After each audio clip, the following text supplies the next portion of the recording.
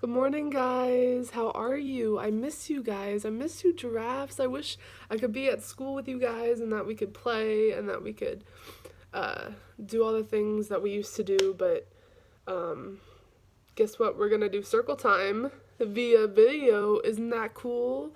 So this is our first ever circle time over video. So I hope you guys can bear with me as I kind of figure everything out.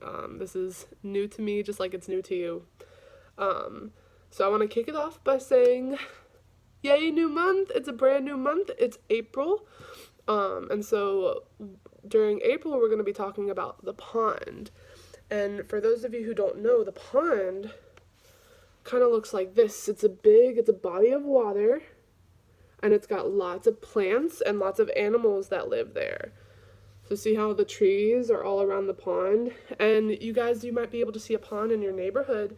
I have one in my neighborhood, and I get to go see the trees and the plants and the animals that live in the pond. It's really cool. So if you go on a walk with your moms and your dads, maybe you'll be able to see a pond. And this week, we're talking about specifically the animals that live in the pond. And so I have this little book that kind of shows all the animals that live in the pond, because it's full of animals and plants. So first off, we have frogs. And frogs and tadpoles, they live in ponds and they swim under the water. And we'll talk more about frogs, I think, next week.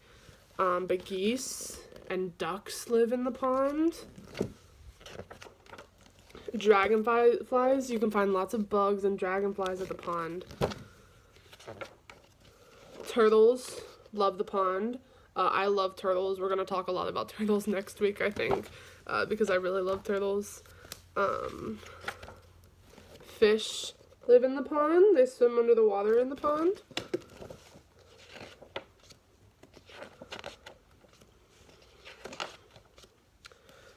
There are these little shrimps that live at the bottom, at the very, very bottom of the pond. And even sometimes like raccoons and mice and stuff like that come to the pond to drink and to eat. So yeah, lots and lots of animals live at the pond.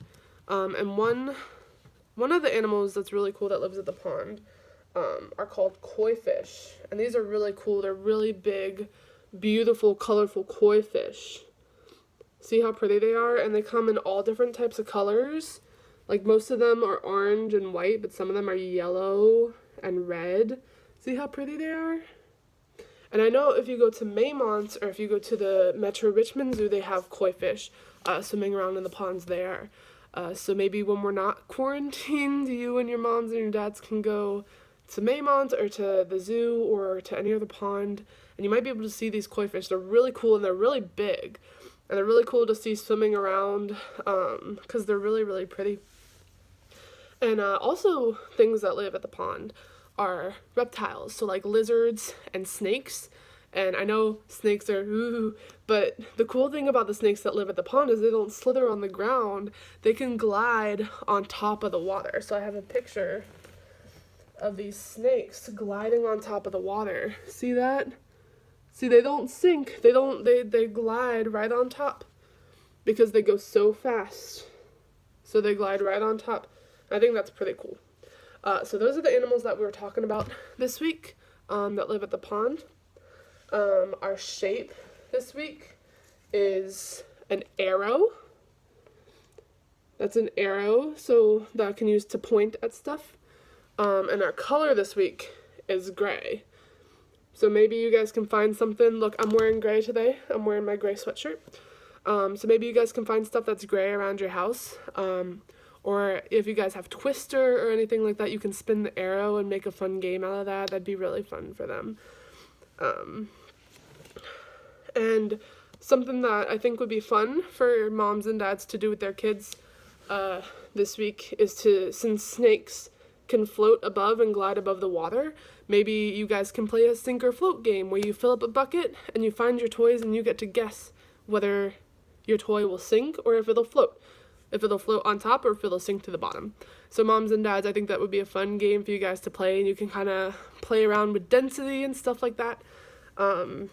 And one more game that might be fun for you guys to play is our number this week is 10. And since we talked about koi fish this week, you guys can make a little chart like this with my wonderful artistic skills here. You can make a little fish like this, and maybe at snack time, you can use your goldfish and you can count 1, 2, 3, 4, 5, 6, 7, 8, 9, 10 goldfish before you eat your snack. So that might be something fun to do. I hope you guys are being good and that you are not too stir crazy and you're not driving your mom's or your dad's wild and that you guys are just having fun and staying safe. I miss you guys. I can't wait until we can do circle time in real life again, but I hope that this was fun for you too. I miss you. I love you. I'll see you soon, okay?